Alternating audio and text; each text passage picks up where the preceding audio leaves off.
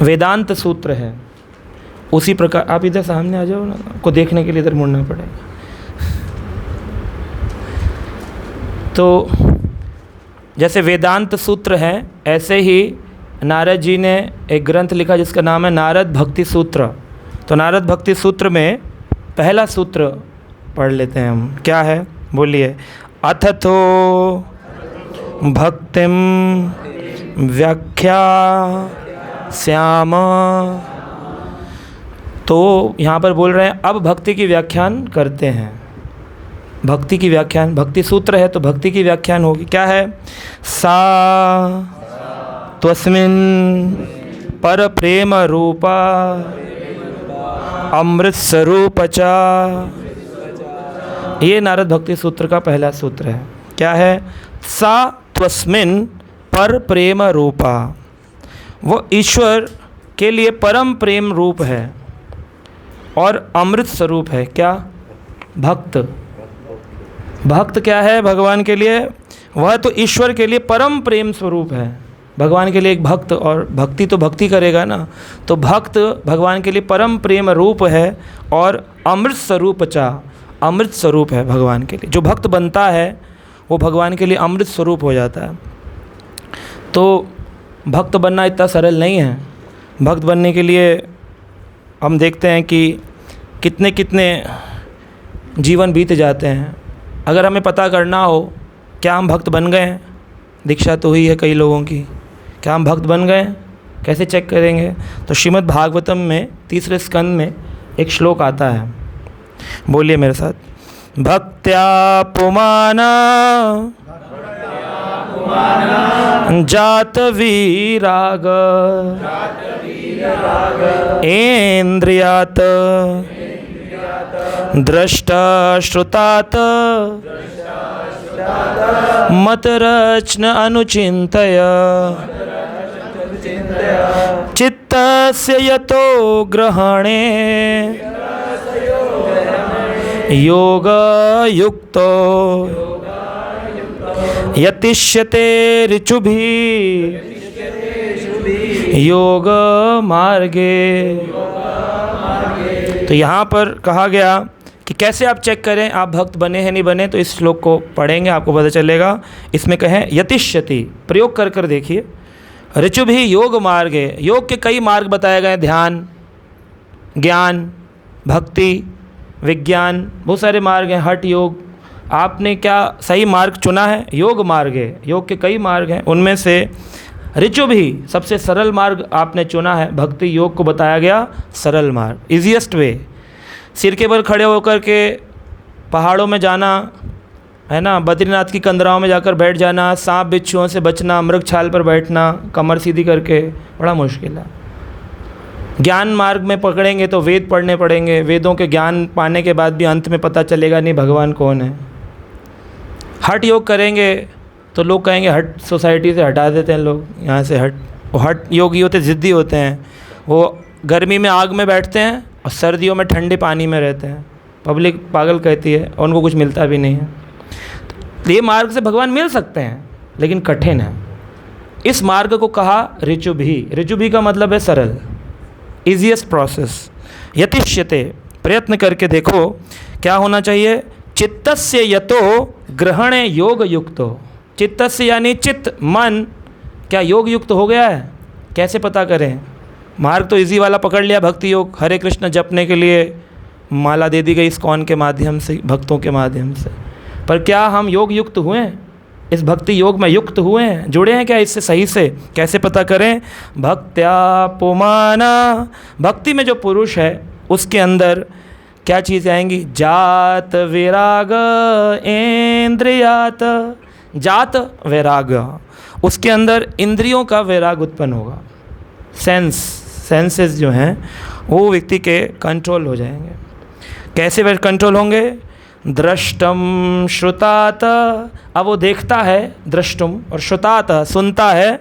मत चिंतया अनुचिंतया, हर पल मत चिंतया, मेरी जो प्रकृति है, मेरी जो रचना है, मेरी जो भक्ति है, अनुचिंतया, एक होता है चिंतया, एक होता है अनुचिंतया। अनुचिंतया मीन्स कांस्टेंट, हर पल वो मेरा चिंतन करता है, श्रुतवा श्रवण करता है और दृष्टवा देखता रहता है मेरी प्रकृति को। भक्ति वही प्रकृति। अब देखते तो सारे लोग ही हैं संसार में, तो वो भी सब क्या भगवान की प्रकृति को देख करके क्या भक्त हो गए? उसके लिए चेक करो क्या वो इस रूप से देख रहा है। कैसे? जात विराग इंद्रियात। क्या संसार को देखने पर भी उसको अट्रैक्शन नहीं है समाज का? क्या उसको खींच नहीं रहा अपनी ओर? वैराग उत्पन्न हुआ है? अगर हो गया है तो आप भक्ति पुमान, आप भक्त पुरुष हैं। आपने ईजीएस्ट प्रोसेस पकड़ के भगवान को प्राप्त कर लिया है, भक्त बन गए आप। और भगवान की दृष्टि में अभी मैंने बताया नारद भक्ति सूत्र क्या है, अमृत स्वरूप चा। वो व्यक्ति अमृत स्वरूप हो जाता है। लेकिन क्या आया हमारे अंदर ऋचु भी, ईजीएस्ट प्रोसेस, वो भी नहीं पकड़ पा रहे हैं क्योंकि इंद्रियां हमारी भाग रही हैं संसार में। और जो छोटा मोटा बचा था वो हमारे सोशल मीडिया ने ख़त्म कर दिया। इंद्रियां भागती हैं इधर उधर, कुछ देखना चाहो सुनना चाहो तो उसके बीच में तरह तरह के एड्स आते हैं, है ना। और व्यक्ति क्या होता है, इन्फ्लुएंस हो जाता है। यूट्यूब सुनेंगे, उसमें जो भी पकड़ में आएगा वो सुन लेंगे, फिर फॉरवर्ड भी कर देंगे ग्रुप में। अब बोला जाए मत करो तब भी करेंगे। क्यों? क्योंकि इंद्रियां वश में नहीं है ना, हाथ कंट्रोल नहीं होते हैं फॉरवर्ड्स। फिर लोग मैसेज भेजते हैं कोऑर्डिनेटर्स, डोंट डू इट, लेकिन फिर भी कर बैठते हैं। क्यों? ऋचु भी प्रोसेस पकड़ने के बाद, ईजीएस्ट प्रोसेस पकड़ने के बाद में भी जात विराग इंद्रियात, इंद्रियों में जात विराग उत्पन्न नहीं हुआ। अभी आप पढ़ेंगे रघुनाथ दास गोस्वामी के जीवन के बारे में, इसको कहते हैं जात विराग इंद्रियात। मैं सोच रहा था कौन सा श्लोक लें जो रघुनाथ दास गोस्वामी के जीवन चरित्र को व्याख्यान कर सके, तो श्रीमद् भागवतम 3रा अध्याय 3रा स्कंद 25 अध्याय 26 नंबर श्लोक यही है। भक्तिया पुमान 325-26 भक्तिया पुमान जात विराग इंद्रियात श्रुतता दृष्टुम श्रुतता। जिसने दृष्ट श्रुत मत चिंतया अनुचिंतयम, मेरा अनुचिंतन करना प्रारंभ कर दिया। हर जगह उसकी दृष्टि पड़ती है, उसे कृष्ण दिखाई देते हैं। तो कई बार लोग सोचते हैं मंदिर चला जाऊंगा तो भक्त बन जाऊंगा, मंदिर में फुल टाइम बन जाऊंगा तो भक्त बन जाऊंगा, मैं अपने घर में गीता रख लूँगा, भगवान की मूर्ति रख लूँगा तो भक्त बन जाऊंगा। ये सब प्रोसेस तो हैं, लेकिन भक्ति नहीं है। भक्ति होती है इसी तरह अनुचिंतया, जब हर पल भगवान का चिंतन चलता है। तो क्या चल पा रहा है हमारे जीवन में, तो हम इस तरह से अपनी भक्ति को चेक कर सकते हैं। बहुत मुश्किल है क्योंकि भक्ति चेतना का विषय है। किस चीज़ का? कॉन्शियसनेस है। बोलते हैं international society for Krishna consciousness. तो कृष्णा कॉन्शियसनेस हमारी सोसाइटी का नाम रखा है कृष्ण भावना। मंदिर में तो छिपकली भी होती है, मक्खी मच्छर कुत्ते बिल्ली भी घूमते हैं। क्या मंदिर जाने वाला हर व्यक्ति भक्त होता है? अगर होता है तो छिपकली भी भक्त है, फिर तो कुत्ते भी भक्त हैं जो आगे पीछे घूम रहे हैं पार्किंग एरिया में। तो क्या है भक्ति? भक्ति है चेतना का विषय।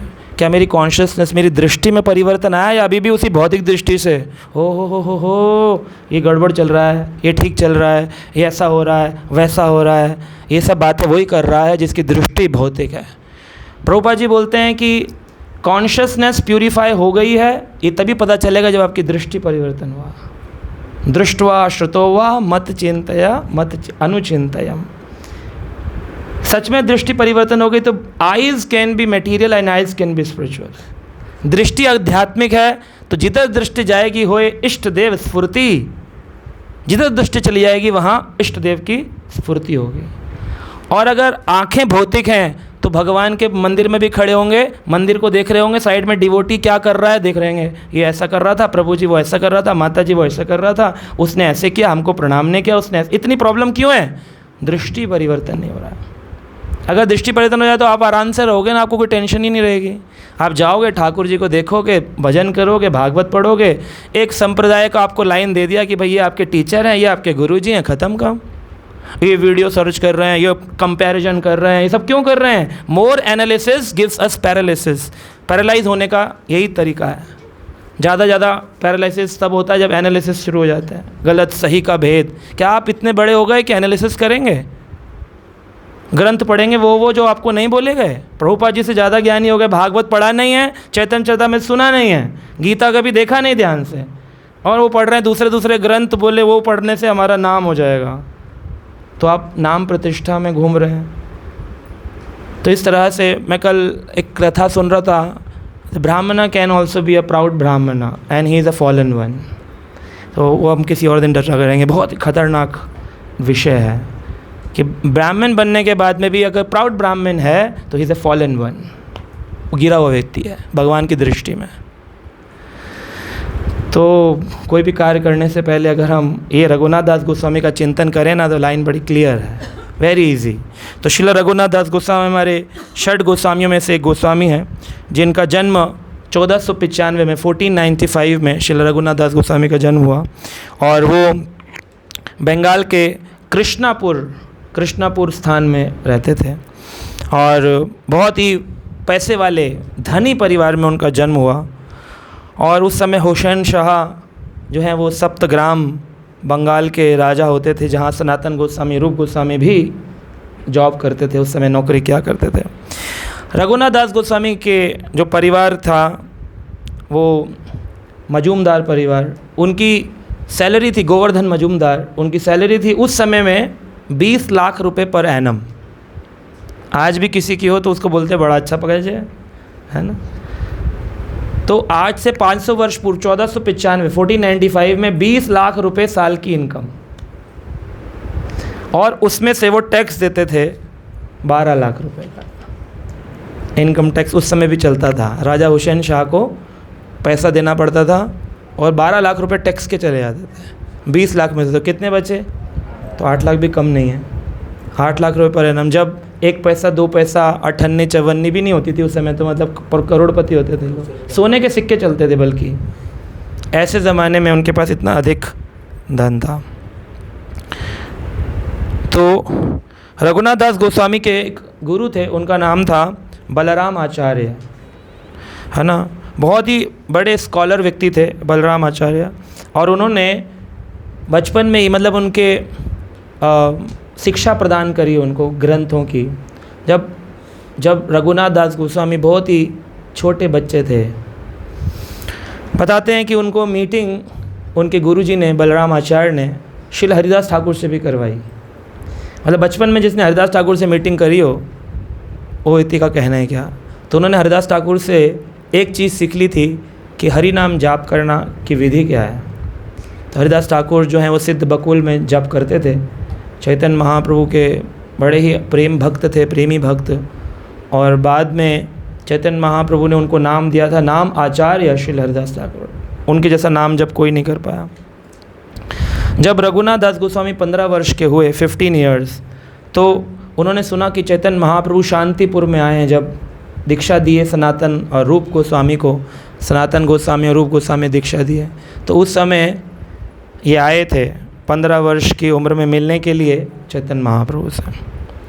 उनका हृदय पूर्ण रूप से चैतन्य महाप्रभु को देख कर के ऐसा हो गया कि इतने सुंदर भी कोई व्यक्ति हो सकता है, ये तो भगवान है। भगवान चैतन्य कहते थे मैं भगवान नहीं हूँ, लेकिन उनके भक्त जानते थे क्योंकि उन्होंने कई सारी अद्भुत लीलाएं दिखाई। आज भी हमारी इंडियन हिस्ट्री जो है वो चैतन्य महाप्रभु को इंसान बोलती है, बहुत ऊँचे साधु, लेकिन जानते नहीं है तत्व कि चैतन्य महाप्रभु इस कृष्णा। कई बार लोग बोलते हैं कलयुग में भगवान आएंगे, तो मूर्ख लोग ऐसा बोलते हैं कि कल की रूप में आएंगे। वो मूर्ख जानते नहीं हैं कि भगवान ऑलरेडी आ चुके हैं। चैतन्य महाप्रभु के रूप में साक्षात लीला किए 500 साल पहले नवदीप कलकत्ता में, और नाम के रूप में भगवान आए हैं, और भगवान विग्रह के रूप में आए हैं, भगवान श्रीमद् भागवत ग्रंथ के रूप में आए हैं, और भगवान अपने गुरु परंपरा में वैष्णवों के रूप में आए हैं, तो भगवान महाप्रसाद के रूप में आए हैं। कहाँ नहीं है भगवान। अब दृष्टि तुम्हारी कल्कि का इंतज़ार करने के लिए है। 4,32,000 साल का कलयुग है, 5,000 साल निकले हैं। ये इनका कल्कि देखने की बड़ा शौक़ है, तो ये 4,27,000 साल वेट करेंगे, बार बार आएंगे। 100 साल की उम्र मिलेगी, फिर और घट जाएगी, फिर 50 साल पे मरेंगे, फिर 20 साल पे मरेंगे। जब बहुत छोटे हो जाएंगे, प्रमाण है इस बात का कि मूर्ख जो है समाज में ऐसे हैं। तो जब बिल्कुल घट जाएगा तब जाकर के ये क्या करेंगे, कल्कि से मिलेंगे, फिर बड़े खुश होंगे हमने भगवान देख लिया। फिर कल्कि इनको छोड़ेगा थोड़ी, कल्कि का काम है श्रृंगार करना। तो संहार करेंगे कल्कि अपनी तलवार से पूरा इनका वध कर डालेंगे। छोटे से घोड़े पे आएंगे, 2 फुट हाइट होगी, है ना। कल की भगवान आएंगे संबलपुर ग्राम में और विष्णुयस ब्राह्मण के घर में जन्म लेंगे और आकर के कल की भगवान वैष्णो माता, वैष्णो देवी है, उस देवी से विवाह करेंगे। वैष्णो देवी इसीलिए तपस्या कर रही है कि कल की आएंगे और मुझसे विवाह करेंगे, क्योंकि भगवान राम से विवाह करना चाहती थी। तो भगवान राम ने कहा था उस तपस्वी स्त्री को कि तुम तपस्या करो, मैं राम रूप में तुमसे विवाह नहीं कर सकता हूँ, कलयुग में मैं आऊँगा तब तुमसे विवाह करूँगा। तो कल की अवतार का विवाह होगा वैष्णो देवी माता के साथ में, तब फिर वहाँ से चली जाएंगी जो अभी हैं, इस कलयुग के अंत में प्रलय आ जाएगी, उनका विवाह होगा।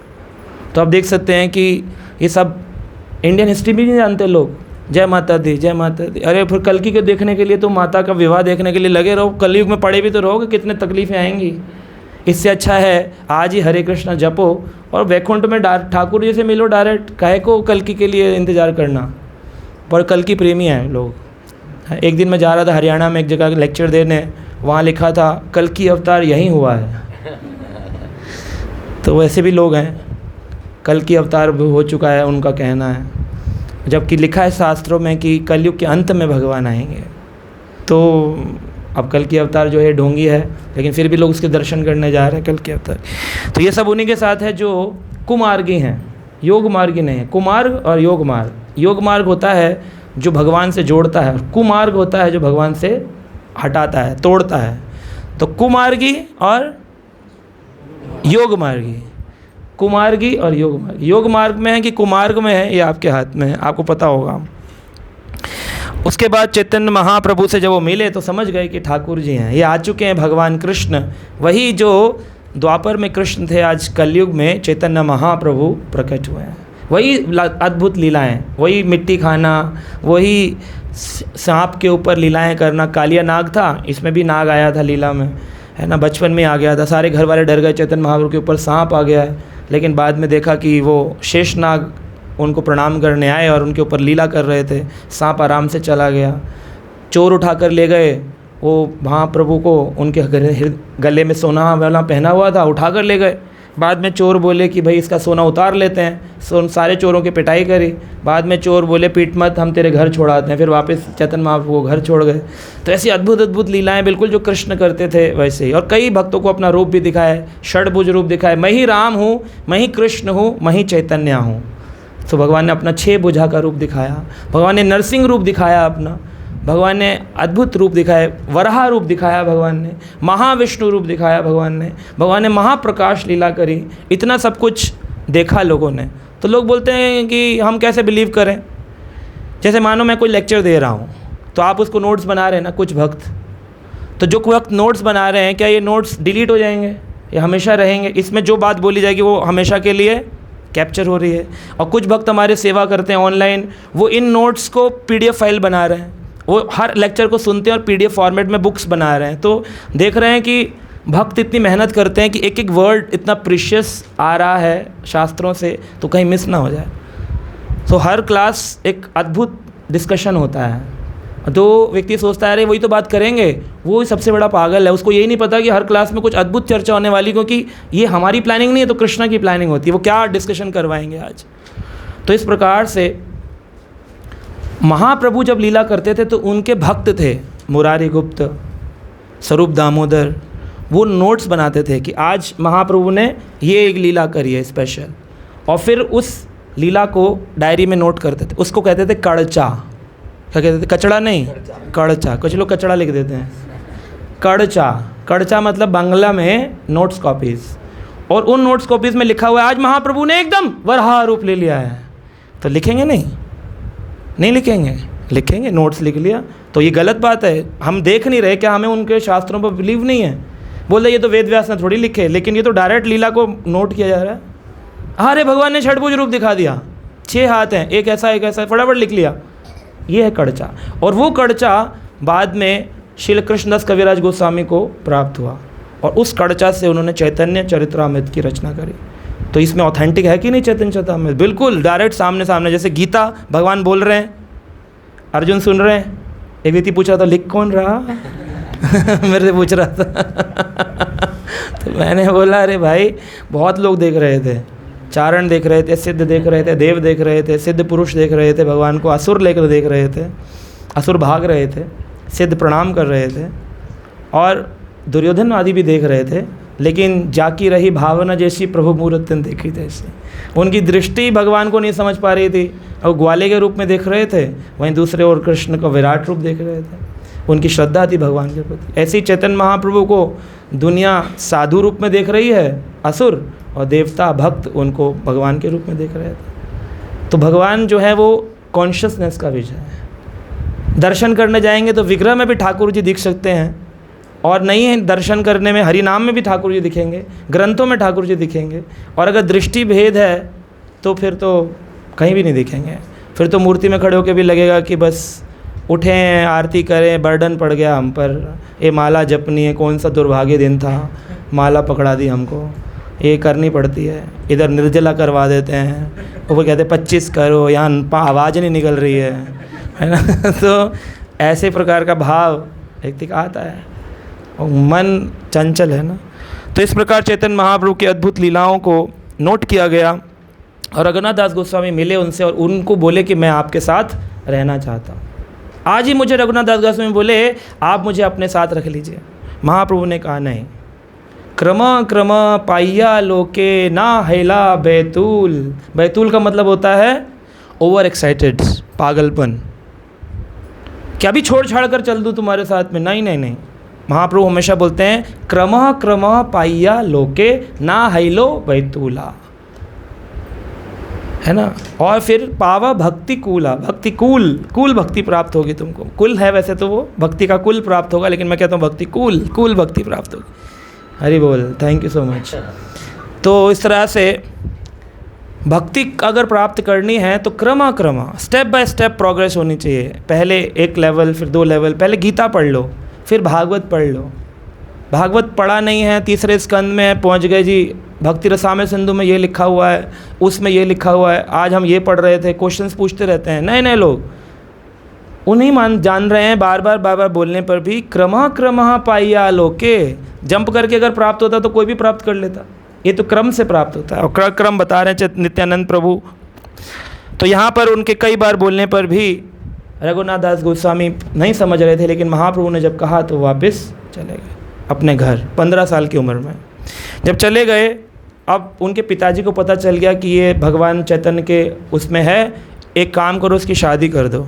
शादी का बंधन ऐसा बंधन है कि इसे तोड़ना मुश्किल है। तो उन्होंने कहा कि हम इनकी शादी कर देंगे ना तो फिर हम आराम से इनको बांध सकते हैं।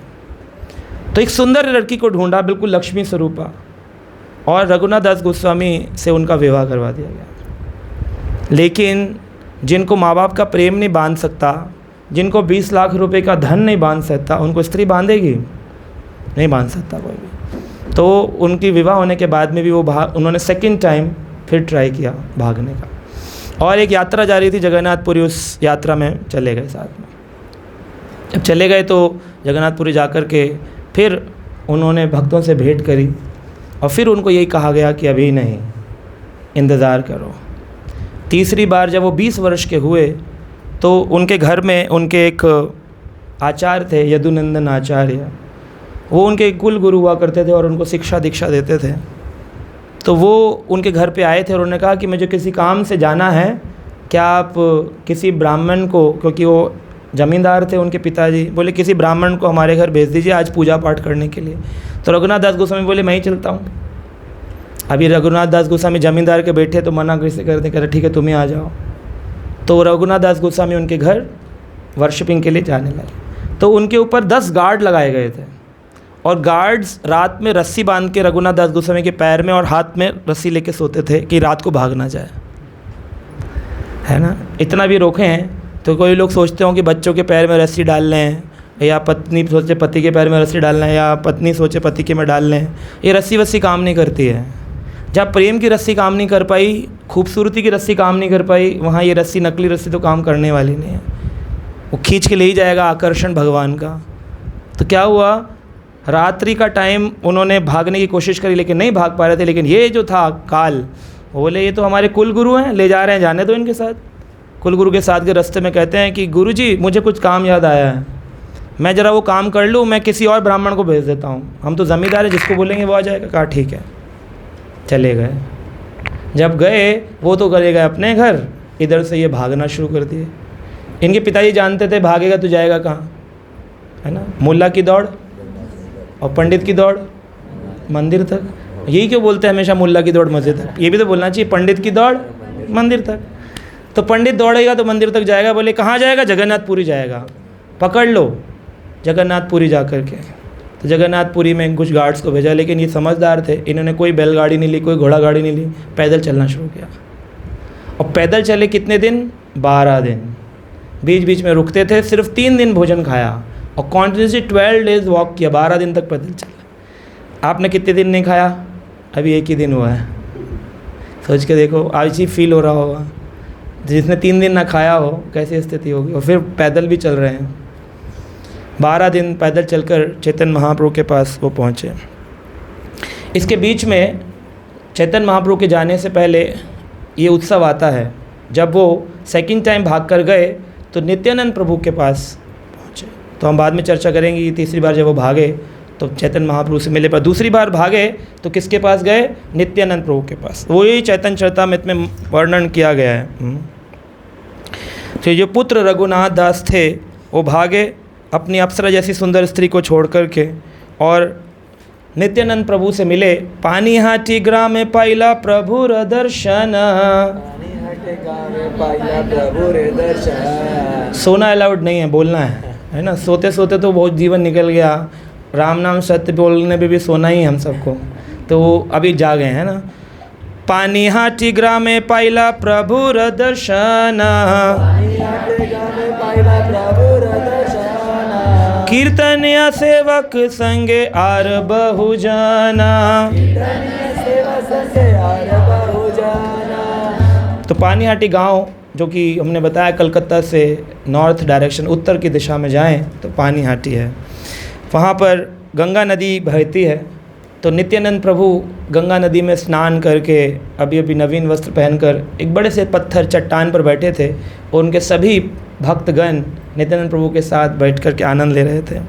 बड़े युवा प्रतीत हो रहे थे नित्यानंद प्रभु, और नित्यानंद प्रभु का प्रभाव रघुनाथ दास को बड़ा आश्चर्यचकित लग रहा था कि इतना सुंदर सोने का तेज निकल रहा है। नित्यानंद प्रभु के पास जाने में घबरा रहे थे, और उन्होंने जाते ही नित्यानंद प्रभु को देखकर, जो कि बलराम कलयुग में आए हैं, उनको दंडवत प्रणाम किया। दंडवत हैया से पैला कत दूरे, सेवक कहे रघुनाथ दंडवत कोरे।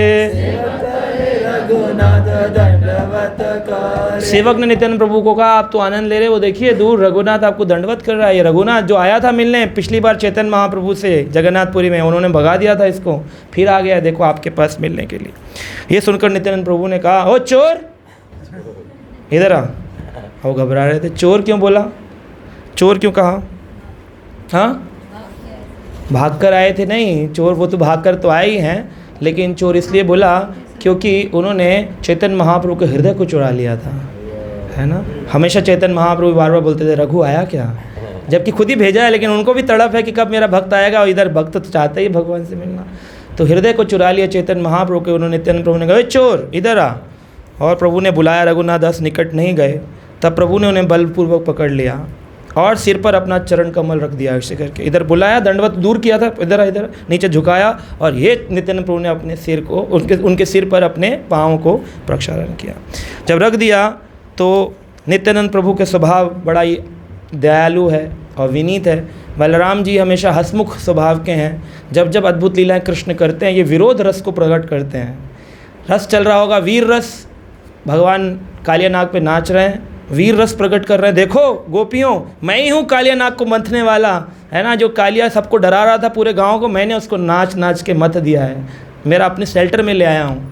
और वहाँ पर बलराम हंस रहे हैं, और कोई जगह नहीं मिली ऐसा स्टेज है, सीधा स्टेज पर डांस करता है, टेढ़े मेढ़े स्टेज पे क्यों कर रहा है ना। बलराम हंसी करवाएंगे ताकि लोगों के हृदय से बह चले। बलराम हमेशा विरोध रस को प्रकट करते हैं लीलाओं में, है ना।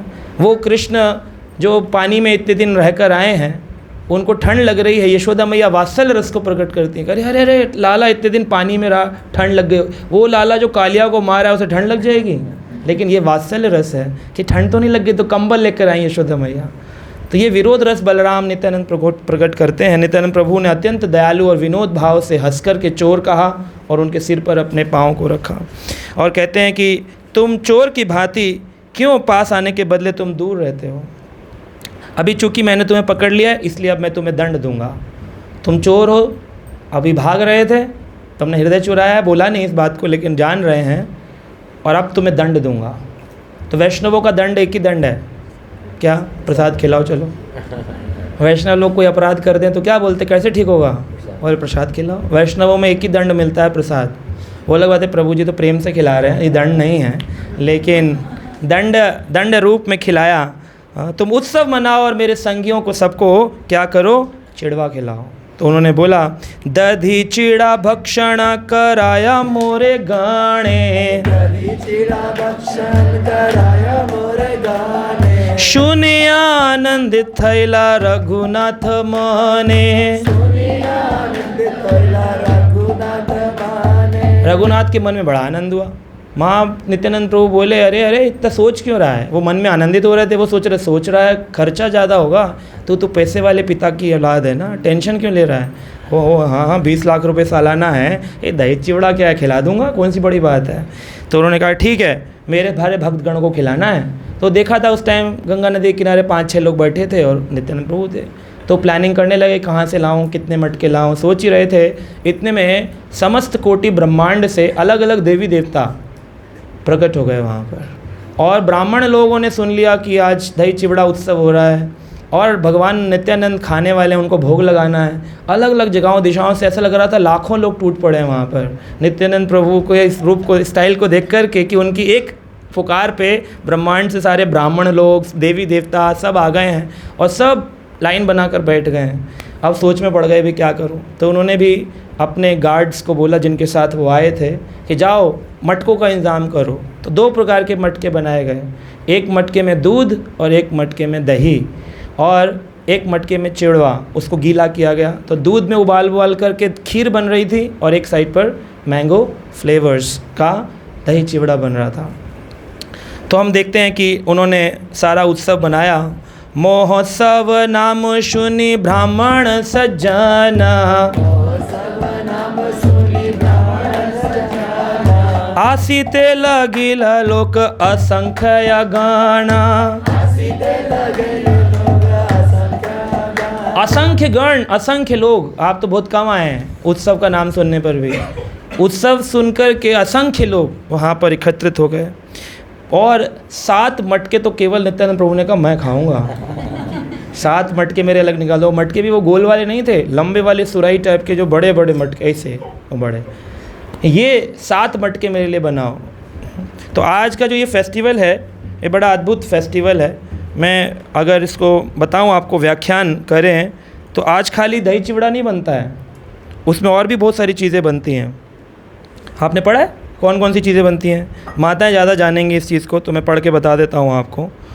आज बनता है, क्योंकि बहुत गर्मी का दिवस होता है, नित्यानंद प्रभु गंगा नदी में स्नान करके आए थे, दही चिवड़ा खिलाया, निर्जला एकादशी होके ही चुकी है, तो पेट ठंडा रहे इसलिए दही चिवड़ा बोला खाने के लिए। 80 to 90% ह्यूमिडिटी बताई गई कि इतनी उस समय मौसम में नमी थी और 45 से 50 डिग्री टेम्परेचर था। तो फीस्ट का जो मेन्यू था उसमें क्या क्या है? गंगा कर्ड उपमा, लिख लीजिए फीस्ट का मेन्यू, फिर मैसेज करिएगा ग्रुप में, आज हमने ये खाया कानों के माध्यम से। गंगा कर्ड उपमा है ना, गंगा के जल में दही मिलाकर उपमा बनाओ, है ना, और उसमें वेजिटेबल्स डालो और उसमें थोड़ा सा अनाज डालो। और उन्होंने बोला इसमें बनाओ क्रैक्ड उड़द दाल।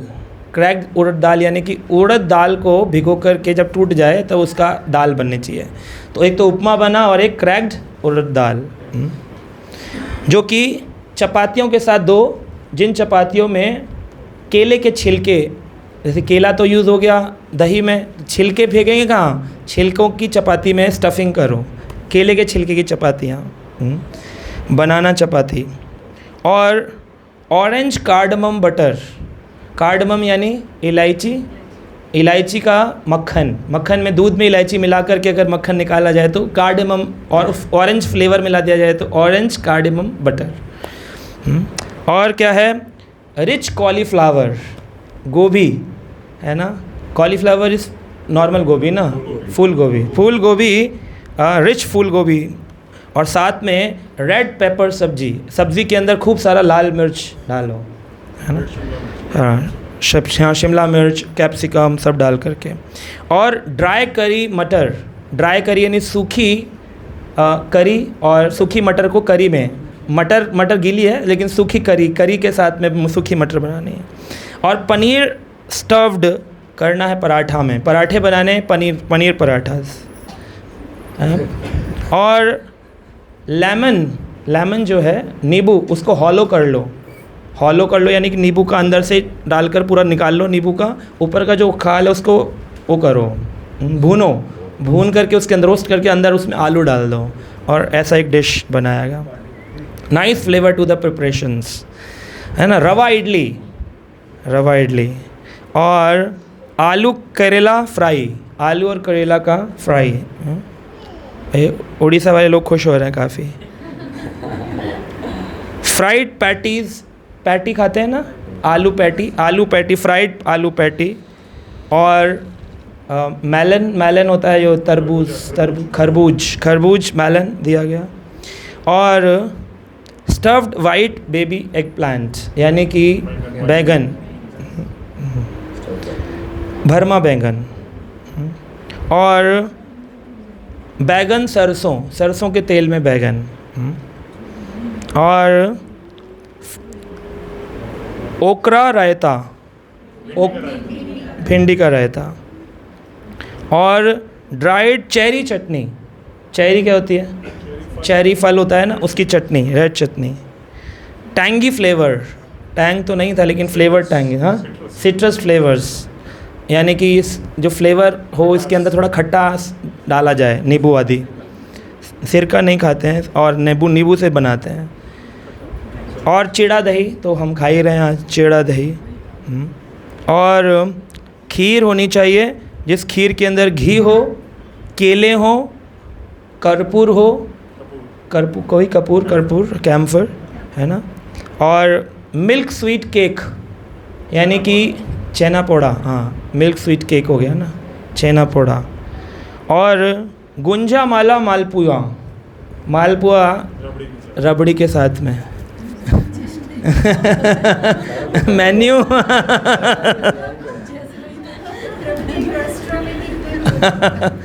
सो ये सब आज भी हमारे इस्कॉन के जो पानी हाटी उत्सव है उसमें बनता है सारा कुछ, हाँ। और डिवोटीज़ बनाते हैं और फिर जितने लोग आते हैं उनको खिलाया जाता है। दही चिवड़ा तो बल्क में होता है लेकिन कुछ और स्पेशल डिशेज नित्यानंद प्रभु के लिए बनाई जाती हैं। तब नित्यानंद प्रभु ने सर्वाधिक सब लोगों के साथ में उनके जो मुख्य भक्त थे, रामदास, सुरेंद्रानंद, गदाधर दास, मुरारी, कमलाकर, सदाशिव, धनंजय, जगदीश, परमेश्वर दास, महेश, गौरीदास, होड़ कृष्णदास, इन सब के साथ बैठ कर के महाप्रभु नित्यानंद प्रभु बोले ले आओ, बन गया है तो 7 मटके ला कर के दिए और उस मटके से दही चिवड़ा खाना प्रारंभ किया। अब बीच में विद्वान, ब्राह्मण, पुरोहित सब आ गए और सब बैठ कर के प्रसाद ग्रहण करने लगे। एक एक व्यक्ति को 2-2 मिट्टी के पात्र दिए गए क्योंकि एक पात्र में खीर और एक में दही। वैसे दूध दही साथ में नहीं लेना चाहिए लेकिन यह दिव्य लीला है, इसमें दूध दही खाया जा रहा है साथ में। एक में चिड़वा के साथ गाढ़ा दूध और दूसरे में दही के साथ चिड़वा था। अन्य सारे लोग चबूतर पर मंडली बनाकर बैठ गए, बाकी लोग सारे बैठ गए चबूतरे के ऊपर। कोई ये नहीं गिन सका कि कुल कितने लोग थे, अभी असंख्य बोल दिया तो गिनेंगे कैसे कितने लोग थे, असंख्य लोग बैठे थे। एक एक 2-2 मिट्टी का पात्र आते जा रहे थे। और वहाँ के जो दुकानदार थे उन्होंने कहा अच्छा मौका है, सेल बढ़ जाएगी, यहाँ तो बढ़िया पार्टी चल रही है। तो केले के ठेले आ गए, गुंजा माला, घी बेचने वाले लोग आ गए और सब दही दूध बेचने के लिए बहुत सारे वहाँ पर वेंडर्स इकट्ठे हो गए। और गंगा के किनारे गंगा उत्सव, तो एकादशी से एक दिन पहले था गंगा दशहरा, तो गंगा दशहरा पर इतनी भीड़ नहीं थी उन्होंने कहा जितनी आज पानी हाटी उत्सव में हो रही है गंगा नदी के किनारे। ये सब नित्यानंद प्रभु की कृपा है। आश्चर्य था कि नित्यानंद प्रभु ने मन ही मन में, जैसे ही उनको प्राप्त हुआ, उन्होंने चैतन्य महाप्रभु को ऑफरिंग दी मन ही मन में कि आई एम गिविंग यू। चैतन्य के बिना कैसे बलराम खा लेंगे कृष्ण के बिना, तो उन्होंने मन से चैतन्य महाप्रभु को कहा तुम भी खाओ, पानी हटी, वो थे नहीं वहाँ, कहा तुम भी खाओ। तो वो खाने लगे। इतने में महाप्रभु जो था उनके मन से वहाँ प्रकट होकर के खाने लगे। अब नित्यानंद प्रभु चैतन्य को खिला रहे हैं और चैतन्य नित्यानंद को खिला रहे हैं और एक दूसरे को प्रसाद खिलाया जा रहा है यहाँ पर, और बड़ा सुंदर दही उत्सव चल रहा है। राघव पंडित ने नित्यानंद प्रभु से कहा, हे महोदय, मैं आपके लिए पहले ही भोजन लाया था, जो ये सब बना कर के बैगन सरसों ये सब लाया था, आप खाएंगे नहीं? बोला अभी रख दो, आज तो दही चिवड़ा खाऊंगा, रघुनाथ दास का प्रेम प्रसाद है, हरी हरी बोल। और उन्होंने खूब सारा वो खाया और कहा इसको मैं बाद में खा लूँगा, बलराम जी खा सकते हैं, बलशाली हैं। तो इस प्रकार उन्होंने कहा मुझे आज वही आनंद आ रहा है। कौन सा आनंद? बोले गोप जाति अमी बहु गोप गण संगे, गोप जाति अमी बहु गोप गण संगे, आमी सुख पाइए पुलिना भोजन संगे। मैं ग्वाले की जाति का हूँ। नित्यानंद प्रभु ग्वाले की जाति नहीं थे, अढ़ाई हो जा के पुत्र थे ब्राह्मण, लेकिन यहाँ पर कह रहे हैं मैं ग्वाले की जाति का हूँ। यानी कि भगवान इस प्रसाद की लीला को देखकर गंगा नदी को यमुना समझ रहे थे नित्यानंद, और नित्यानंद अपने आप को ग्वाला बलराम समझ रहे थे। और जो भोजन थाली लीला हुई कामावन में, वो भोजन थाली का स्मरण हो रहा है और वो कह रहे हैं कि अरे कृष्ण आओ, यहाँ पर देखो कितना सुंदर हमारी दोपहर की मध्याह्न भोजन लीला चल रही है। और सारे भक्त उनके बैठे हैं, रेतीले टीले उनको गोवर्धन जैसे नज़र आ रहे हैं, न गंगा नदी यमुना नज़र आ रही है, और बलराम जी को अपना पुराना रूप याद आ रहा है वृंदावन का।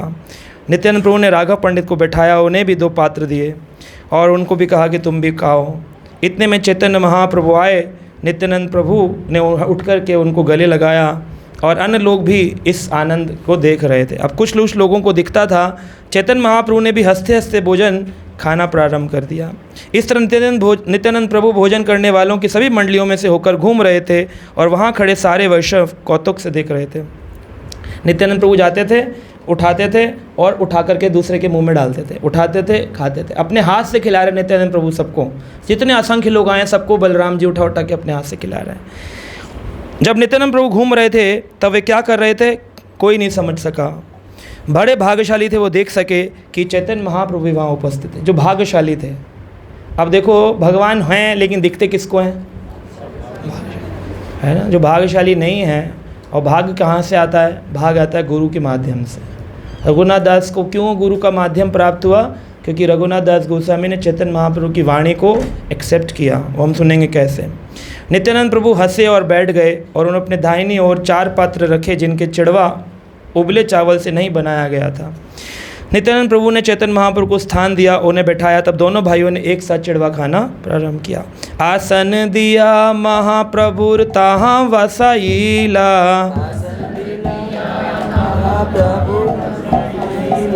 दुई भाई तबे चिड़ा खाई ते लगीला।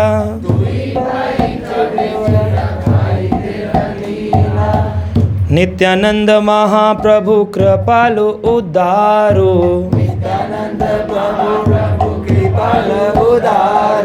रघुनाथर भाग्य एता कैला अंगीकार।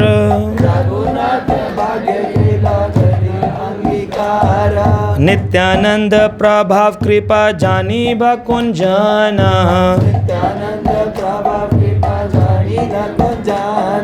महाप्रभु आनी करय पुलिना भोजन।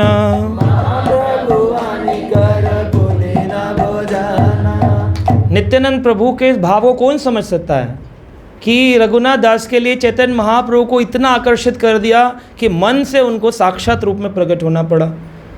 मतलब भगवान अपने भक्त के लिए, गुरु अपने भक्त के लिए भगवान को बुला ले, है ना। जैसे अद्वैत आचार्य ने प्रकट किया चैतन्य महाप्रभु को, नित्यानंद प्रभु ने भी आज चैतन्य महाप्रभु को रघुनाथ दास पर कृपा करने के लिए। कौन जानता है नित्यानंद प्रभु की कृपा को? नित्यानंद महाप्रभु कृपाल उदार, बहुत उदार कृपा है उनकी। इसलिए कहते हैं अगर चैतन्य चाहते हो तो निताई पद कमल, अगर निताई के पद कमल नहीं पकड़े, और निताई कौन है? गुरु। निताई पद कमल शचि सुतः, क्या बोलते हैं? गजेंद्रनंदन जय सचि। हाँ, नहीं वो नहीं। तो नित्यानंद प्रभु के अगर चरण नहीं पकड़े तो चैतन्य कृपा नहीं मिलती। हाँ, तो नहीं मिलने वाले हैं। तो इसलिए इसको कौन जान सकता है कि कितने कृपालु? गुरु की कृपा को कौन जान सकता है? व्यक्ति गुरु को इंसान मानता है, और यही सबसे बड़ा धोखा खा जाता है। वो ये क्या कर सकते हैं? वो निकाल कर के गर्त से बाहर निकाल कर के, खींच करके निकाल कर आपको सारे सिस्टम से बाहर निकाल सकते हैं, है ना। लेकिन ये तभी हो सकता है जब गुरु के ऊपर आस्था हो, पूर्ण श्रद्धा, है ना। और सारे के सारे ग्वाल वाल आदि उस द्वापर की लीला में चले गए और प्रेम वश में डूब गए। गंगा का तट, यमुना का तट समझ बैठे सबके सब लोग। जब अनेक अन्य गांव के दुकानदार इस महोत्सव को देख रहे थे, आ रहे थे, सभी लोग, कौतुक हो रहा था, बहुत सुंदर। और इस प्रकार नित्यानंद प्रभु ने भोजन करने के बाद हाथ मुंह धोए और रघुनाथ दास को 4 पात्र में बचा हुआ भोजन दिया। अभी देखो, रघुनाथ दास ने सबको खिलाया, लेकिन अभी तक खुद खाया नहीं। ये सर्विंग एटीट्यूड है। कई लोग पहले भोजन खा लेते हैं, कह रहे पता नहीं बाद में बचा नहीं तो ये सर्विंग एटीट्यूड नहीं है। पहले नहीं खाना चाहिए, खिलाने के बाद बचा तो खाना चाहिए, वरना छोड़ देना चाहिए। इस प्रकार भगवान नित्यानंद के 3 अन्य बड़े पात्र में भोजन बचा था, जो उन्होंने रघुनाथ दास को दिया। रघुनाथ दास ने महाप्रभु का उच्छिष्ट प्रसाद ग्रहण किया, नित्यानंद प्रभु का उच्छिष्ट रस ग्रहण किया। और इस प्रकार नित्यानंद प्रभु के गले में उन्होंने एक फूल माला डाली और उनके सारे शरीर में चंदन का लेप किया। रघुनाथ दास ने कहा कि अब प्रसाद तो हो गया, तो ब्राह्मणों ने आकर नित्यानंद प्रभु को माला पहनाई, उनको चंदन लगाया, उनको पान खिलाया। इस प्रकार से भोजन पूर्ण हुआ।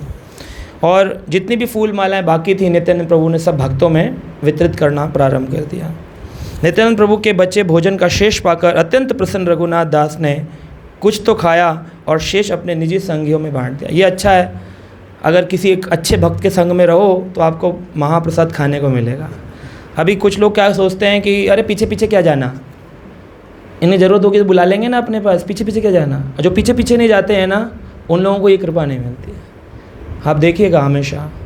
और मैं तो बड़ा आश्चर्यचकित होता हूँ कि व्यक्ति के गुरु भी आए हों, उनसे मिलने नहीं आएगा, है ना। और वो बोलता है मैं दीक्षित भक्त हूँ, घर में बैठा हूँ, वीडियो देख रहा हूँ, वो कृपा पाएगा। प्रभुपाद जी ने भगवद गीता में 28 जगह पर बताया कि what is surrender, 28 bar surrender की बात की। और उसमें प्रभुपाद जी एक जगह बोलते हैं अपने प्रवचन में, आई हैव मैनी डिसाइपल्स पर फ्यू आर एक्चुअली इनिशिएटेड। मेरे दीक्षित भक्त बहुत हैं, लेकिन कुछ सच में दीक्षित हैं। इसका क्या मतलब? दीक्षा लेना नाम बदलना नहीं है। सच में दीक्षा का मतलब है हृदय में गुरु को धारण करना, उनके लिए कुछ करना। परिवारों में वही अपने बच्चे को स्कूल भेज रहे हैं, वही अपने खाना बना रहे हैं घरों में, वही नौकरी करने जा रहे हैं। अगर आप यही कर रहे हैं, ठीक है, ये करने को मना नहीं है, लेकिन गुरु के मूवमेंट को एक्सपेंड करने के लिए क्या कर रहे हैं? प्रभुपाद जी ने घर छोड़ा कि ज़बरदस्ती थी, उनको किसी ने कहा कि छोड़ो। तो लोग अपने अभी तो मतलब उसी में ये मोड में ही बैठे हुए हैं। अपने धोती कुर्ता पहनने के लिए भी टेंशन हो जाएगा लोगों को, अरे हम काम तो गिर जाएंगे, पैंट शर्ट में ही काम चला लेंगे। तिलक लगाने में टेंशन हो रहा है अभी तो। गुरु के बोले वचन, ये तो सिंपल सदाचार नहीं पालन कर रहे हैं, तो गुरु के लिए जीवन त्यागेंगे? छोड़ दो, कुछ नहीं मिलेगा आपको भी, और गुरु को कोई फर्क नहीं पड़ता। गुरु तो कृपालु उदार है, बताया नित्यानंद प्रभु परंपरा के। हज़ारों लोग जुड़े होते हैं। प्रभुपाद जी ने 10,000 लोगों को दीक्षा दी। आप नाम बता सकते हैं? बोलते Prabhupada disciples, Prabhupada disciples. Can you give me the names? No. Can you give me the name of all the sannyasis, Prabhupada disciple? Can you? You don't know even this. क्या हमने प्रभुपाद को आत्मसात किया है ना? तो सोचो आप, प्रभुपाद जी के शिष्यों को ही नहीं पहचान पा रहे, और इतने सारे जो शिष्य थे वो कहाँ चले गए? वो कहाँ हैं? वो भी नहीं है। प्रभुपाद जी के शिष्य भी प्रभुपाद जी के मूवमेंट में नहीं है। तो ये शिष्य बनना, दीक्षा लेना, नाम बदल लेना, या किसी मंदिर से जुड़ जाना, ये नहीं है। गुरु को अपने जीवन में धारण करना, ये बहुत बड़ा विषय है। और इसको जो समझ गया वो उसका बेड़ा पार है। ये सूक्ष्म बात है भक्ति की, हृदय में धारण करना। प्रभुपाद जी के गुरु महाराज के दीक्षा लेने के 4 साल बाद ही चले गए थे संसार से, नित्य लीला में। और प्रभुपाद जी 70 साल की अवस्था में, मतलब सोचो जब प्रभुपाद होंगे उस समय 1926 की बात है। और प्रभुपाद जी 1965 में जा रहे हैं अमेरिका। 40 साल अपने गुरु के ऑर्डर को जाने के बाद भी पूछने वाला कोई नहीं है। तब ऐसे भी कोई क्लास नहीं हो रही थी कि पूछे हाँ अभय चरण गए नहीं अभी तक, पूछने वाला नहीं है। लेकिन मन में जो दृढ़ कर ले, एक बार बोल दिया बस सफिशेंट। यहाँ 100 बार संडे बोला जाए, बार बार मैसेज भेजे जाए, कैलेंडर पढ़े जाएँ, फिर भूल जाते अगले हफ्ते। तो हमारी स्थिति क्या है? मतलब मैं आपकी नहीं बात, अपनी स्थिति की बात करता हूँ। आप तो फिर भी अच्छे हैं, अपनी स्थिति की बात करता हूँ। क्या स्थिति है? भगवान का स्मरण नहीं हो रहा, गुरु का स्मरण नहीं हो रहा, और हम अपने को भक्त स्टैम्प करके घूम रहे हैं, भक्त हैं। यहाँ पे इतने सारे लोग हैं, इधर रहते हैं, सोसाइटी में आते हैं, इनसे मंदिर नहीं आया आता, मंदिर नहीं आ सकते उत्सव के दिन दर्शन करने। बुरा लगेगा, लेकिन ये कड़वा सत्य सत्य होता है, सत्य सत्य है। If you can't go to temple for Krishna, for guru, आप सोच रहे हैं आपको भगवान मिले, बहुत मुश्किल है। यहाँ कैसी कितनी मुश्किलों से आचार्यों ने भगवान को प्राप्त किया है। हम ये नहीं कहते घर छोड़ करके भागो, घर में रहो, लेकिन घर में से कुछ समय घूमने के लिए निकालते हो ना, समर वेकेशंस में जाते हो ना, बच्चों के ट्यूशन के लिए जाते हो ना, क्या कृष्ण के लिए समय नहीं निकाल सकते? और फिर आपको हम डिवोटी हैं, वी आर ऑल्सो डिवोटी, हमारे घर भी गोपाल हैं। वो गोपाल कभी आपको दर्शन नहीं देंगे, वो पत्थर पाषाण बने रहेंगे। जब तक आपके हृदय में गुरु की भक्ति नहीं है, जब तक आपके हृदय में प्रभुपाद मूवमेंट की भक्ति नहीं है, जब तक आपके प्रति गीता और हरिनाम के प्रति रुचि नहीं है, कभी वो भगवान दृष्टि में नहीं आने वाले हैं, नहीं आएंगे। सो हमें उठना पड़ेगा, चलना पड़ेगा, कुछ करना पड़ेगा। ये मैं इसलिए नहीं कर रहा हूँ किसी को बोलूँ कि गलत कर रहे हैं, ये मोटिवेशन है कि उठिए, करिए। आप भाग्यशाली हैं, आपको ये कथाएं सुनने को मिल रही हैं। Take it to your heart, अपने हृदय तक लेके जाओ। नॉलेज बेस बढ़ाना हमारा काम नहीं है, हमारा काम है ट्रांसफॉर्मेशंस, परिवर्तन, गुरु के लिए सेवा, कुछ त्यागना। घर जाकर लिखना आज होमवर्क, हमने गुरु के लिए ये त्यागा है। मन में, मतलब मैं नहीं बोल रहा हूँ, और I am not your Guru also, but आप लिखिए क्या प्रभुपाद जी के लिए आपने क्या त्यागा, लिखिए। और अब खुद पढ़िए क्या त्यागा है। लेसन पे आज ये तो चिड़िया भी नहीं खाती, चिड़िया भी लेसन पे आज नहीं खाती, तो क्या भक्त है? चिड़िया भी शराब नहीं पीती, तो क्या भक्त है? चिड़िया भी चाय कॉफ़ी नहीं पीती, तो क्या भक्त है? मैंने क्या त्यागा है? Right it down. I left this for my Guru, my this sacrifice. जात विराग इंद्रियात, आज ही हमने पढ़ा, क्या हमें सेंस ग्रेटिफिकेशन का रिनंसिएशन आया है? चाहे बहुत सारा ना आया हो, 10%, 5%, 1%, क्या त्यागा मैंने, है ना? So you will feel good, ये आपको अच्छा लगेगा जब आप पढ़ेंगे कि आपने क्या त्यागा है। और अपनी एक डायरी बनाइए पर्सनल, उसमें लिखिए इस ईयर, इस साल में मैंने, इस महीने में ये त्यागा, इस साल में मैंने गुरु के लिए ये किया। और बताने की ज़रूरत भी नहीं है, आप ही की प्रगति के लिए अच्छा है। और जब दिखेगा कि कुछ त्यागना बंद कर दिया है, उस दिन आप स्टैग्नेंट हो गए हैं। जैसे काई जम जाती है पानी, जिससे जल बहना बंद हो जाता है, वो फिर काई बन जाएंगे। जब आपका त्याग बंद हो जाएगा, आपका समर्पण बंद हो जाएगा, आप काई बन जाएंगे। काई को भी पानी कहते हैं, सरोवर कहते हैं, लेकिन उसमें काई होती है ना, होता तो पानी है, लेकिन किसी के खाने पीने यूज़ नहीं आता है। तो आप भक्त होंगे, लेकिन किसी के यूज़ नहीं आएंगे। और जब तक आप जीवित हैं, किसी के इस्तेमाल में आना, ये सबसे बड़ी कृपा है। एक्चुअली रघुनाथ दास गोस्वामी सिखा रहे हैं। इस प्रकार रघुनाथ दास गोस्वामी ने इस दही चिवड़ा उत्सव को बनाया और तीसरी बार भाग कर के गए महाप्रभु से मिलने के लिए। अब महाप्रभु से मिलने पहुँचे तीसरी बार। जानते थे महाप्रभु गंभीरा में है। गंभीरा एक जगह है जगन्नाथपुरी में, जहाँ सिर्फ गंभीर भक्तों को इजाज़त मिलती थी आने के लिए। तो गंभीर भक्त थे स्वरूप दामोदर, और रघुनाथ दास गोस्वामी पहुँच गए वहाँ पर। रामानंद राय, गंभीरा में उनके बहुत स्पेशल डिवोटीज़ होते थे। असंख्य भक्त, अलग अलग संस्थाओं में, पंडालों में भी बहुत सारी भीड़, मिलियन व्यूज़, इससे कोई भक्त नहीं होता। भक्त तो हृदय का विषय है। चैतन्य महाप्रभु अपने कुछ 2-3 भक्तों को लेकर के गंभीरा में गंभीर बातें करते थे, रस चर्चा होती थी।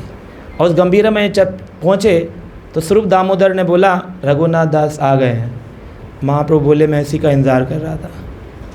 और आते ही स्वरूप दामोदर के सामने उनको प्रणाम किया, दोनों ने, स्वरूप दामोदर ने और रघुनाथ दास गोस्वामी। तो नित्यानंद चैतन्य महाप्रभु ने देखते उनको कहा, रघुनाथ तुम आ तो गए हो, पर बार बार मेरे पास आने की ज़रूरत नहीं है। तुम स्वरूप दामोदर से जो भी प्रश्न हो पूछा करो। बस एक बार लाइन बोल दी, लाइफ टाइम के लिए कभी चैतन्य महाप्रभु के पास नहीं गए।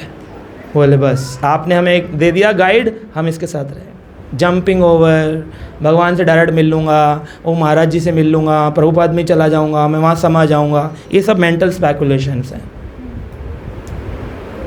उनका नाम पड़ा रघुनाथ दास गोस्वामी, स्वरूपेर रघु, स्वरूप गोस्वामी के रघु कहलाते थे।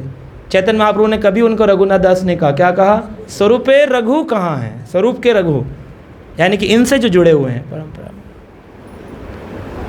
है ना। ये होता है काउंसलिंग सिस्टम, जिससे जुड़े, उनके नाम से जाना जाता हमेशा व्यक्ति। स्वरूपेर रघु उनका नाम था।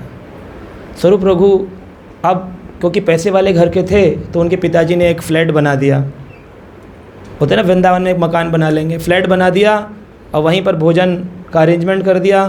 बोले तुम भोजन खाओ, रहो यहाँ पर। तो एक दिन चैतन्य महाप्रभु को घर पर प्रसाद के लिए बुलाए, बढ़िया सा भोजन बना के खिलाए। चैतन्य महाप्रभु भी आए, भोजन खाए, चले गए। लेकिन रघुनाथ दास गोस्वामी इसको कहते मनोभिष्टम, मन की बात जानना, बार बार नहीं पूछना चाहिए आप चाहते क्या हैं हमसे। ये वो बोलते जिनको समझ नहीं आ रहा मन में क्या चल रहा है। 100 बार बोलने पर पूछ रहे आप चाहते क्या, फाइनली बता दो। भाई तुम समझ पा रहे, मन को नहीं समझ पा रहे हो, पढ़ नहीं पा रहे हो, मुँह रखो।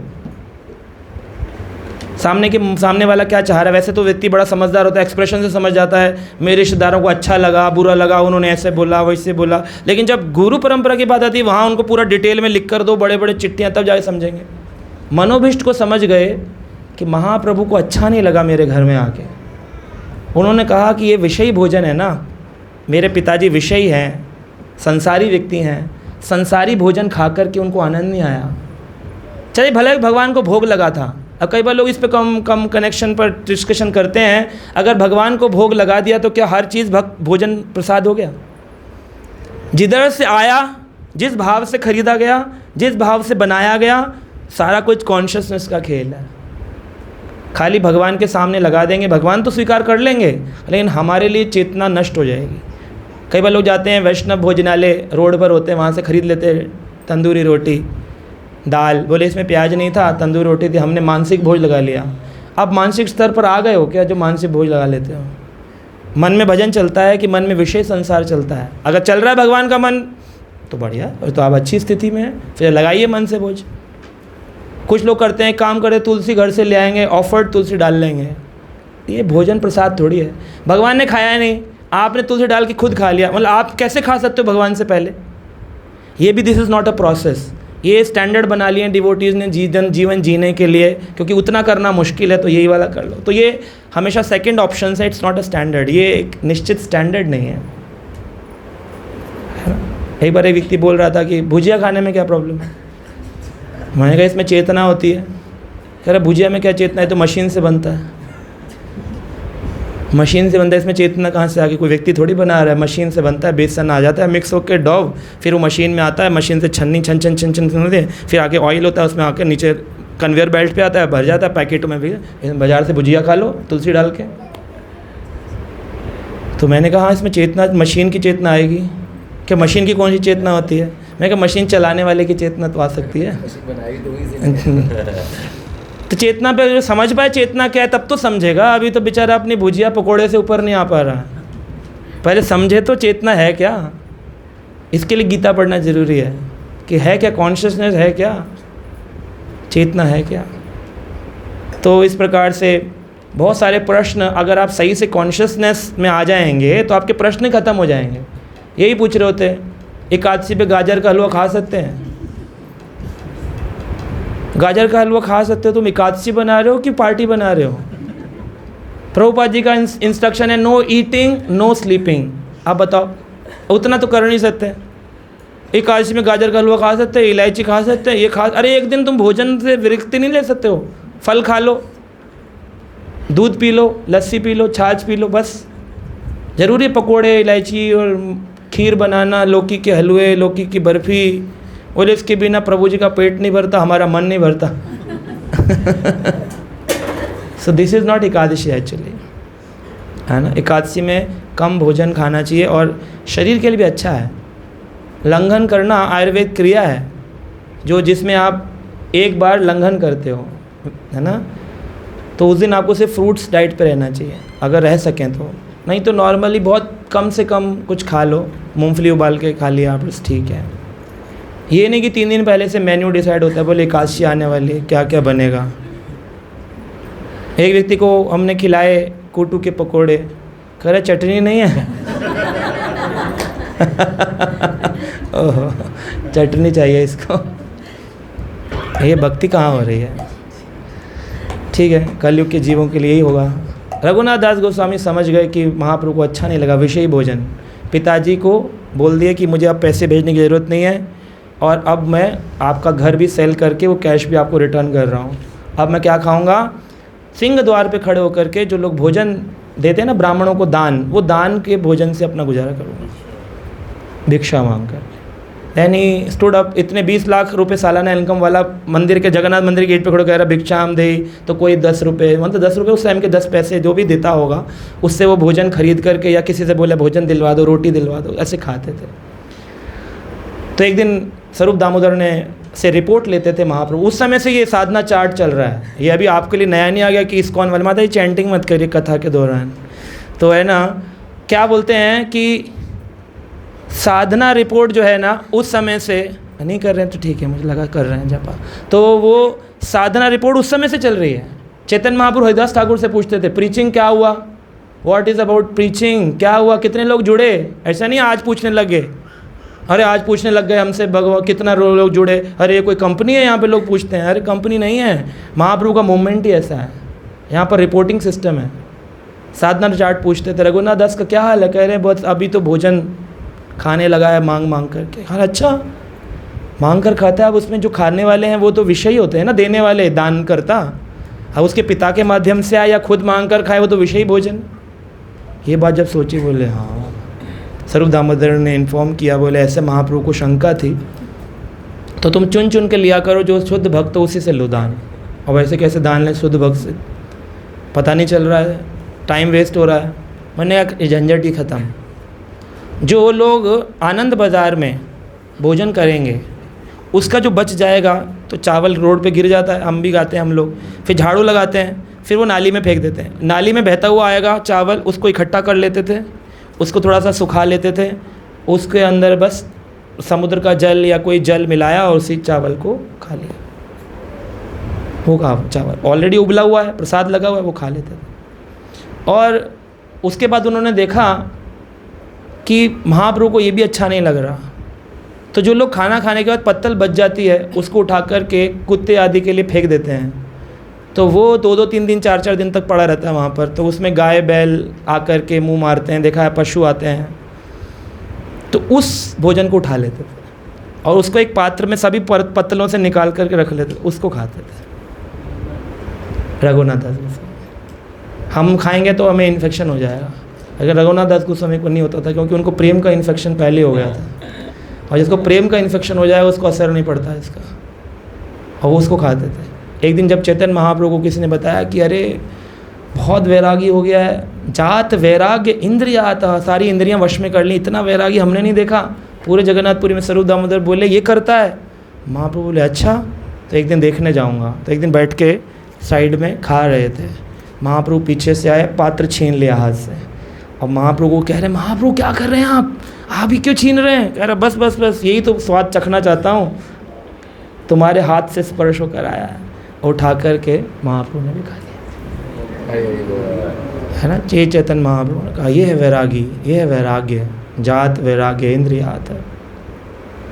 तो रिनंसिएशन, भोजन के प्रति चटनी मांगेंगे एकादशी में, तो कहाँ समझ पा रहे हैं ये लोग अभी। टमाटर खा सकते हैं, गाजर खा सकते हैं, लौकी खा सकते हैं, जीरा खा सकते हैं, तुम खा लो पहले आराम से, बाद में एकादशी कर लेना, है। तो आप लोगों को भी पूछने की ज़रूरत नहीं कि वो वाले तो प्रभु जी कह रहे थे, वो वाली माता जी कह रही थी, अरे रघुनाथ दास गोस्वामी की परंपरा में हो कि प्रभु जी की परंपरा में हो कि माता जी की परंपरा में हो? आप कौन सी परंपरा में? ये रघुनाथ दास गोस्वामी चैतन्य चरितामृत में लिखा है ना, ये मैंने तो बनाया नहीं अपने घर से वैरा कि भाई आप ही बोल रहे हो, ऐसा तो और कोई बोल नहीं रहा।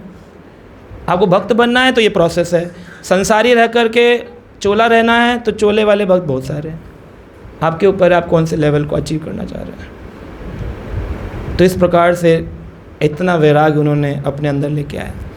और फिर जब स्वरूप चैतन्य महाप्रभु नित्य लीला प्रविष्ट हुए, नित्य चैतन्य महाप्रभु धराधाम छोड़ के चले गए, बाद में 2-3 साल बाद स्वरूप दामोदर भी चले गए। अब ये आए थे 19 साल की उम्र में, 20 साल की उम्र में, और 16 साल लिखा है चैतन्य चरितामृत में। 16 ईयर्स जगन्नाथपुरी में चैतन्य महाप्रभु के साथ लीलाओं में थे। महाप्रभु 18 वर्ष लीला के, उसमें 16 साल चैतन्य महाप्रभु के साथ रघुनाथ दास गोस्वामी थे। रघुनाथ दास गोस्वामी को महाप्रभु ने अपने हाथ से गुंजा माला और गिरिराज गोवर्धन की शिला जिस पर उनका अंगूठा लगा हुआ है, वो आज भी वृंदावन के राधा गोकुलानंद मंदिर में रखा, आप देख सकते हैं। वो उनको प्रदान किया, गिफ्ट, ये तुम्हारे लिए है। और गुंजा माला लेकर के रघुनाथ दास को मिल गया था गिरिराज गोवर्धन।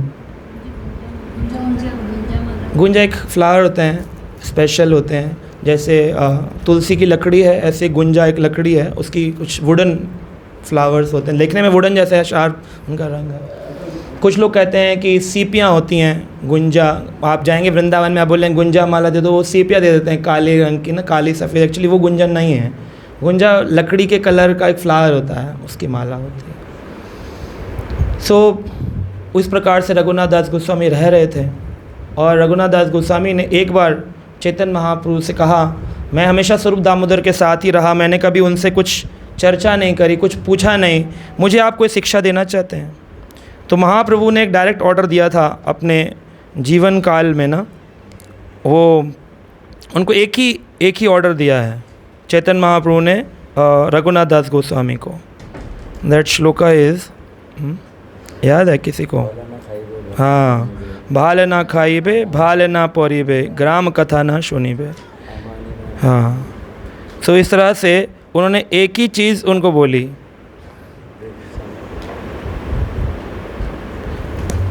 कि बंधन कैसे खत्म होगा? भाल ना खाइबो, अच्छा मत खाओ, भाल ना पहरिबो, अच्छा मत पहनो।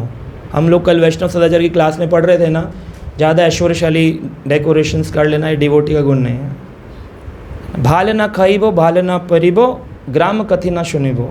संसार की बातें मत सुनो, टीवी की क्या बोल रहा है, साइंस क्या बोल रहा है, ये क्या बोल रहा है, तब आप भक्ति के मार्ग में धीरे धीरे प्रगति करोगे। जितना ज़्यादा भाल ना खाइबो का मतलब है कि ये नहीं कि प्रसाद मत खाओ, हम बोल रहे हैं झूठा खाओ, डस्टबिन से उठा के खाओ, ऐसा नहीं।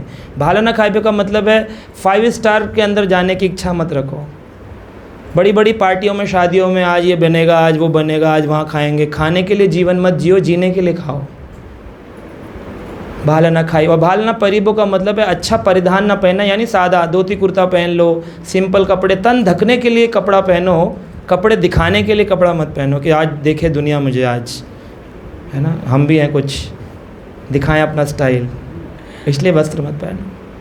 और ग्राम कथा मत सुनिबो का मतलब है उतनी सुनो जितनी आपकी नौकरी के लिए ज़रूरत है। अगर आपकी नौकरी से पॉलिटिक्स का कोई लेना देना नहीं है तो काहे के लिए सुन रहे हो आप? सरकार बीजेपी की या कांग्रेस की, आपका क्या जाता है? आपको तो वही टैक्स दे रहे हो ना, पहले भी दे रहे थे, आज भी दे रहे हो, क्या फ़र्क पड़ जाएगा आपको उनकी बातें करने से? और जो आनी है वो तो आनी है।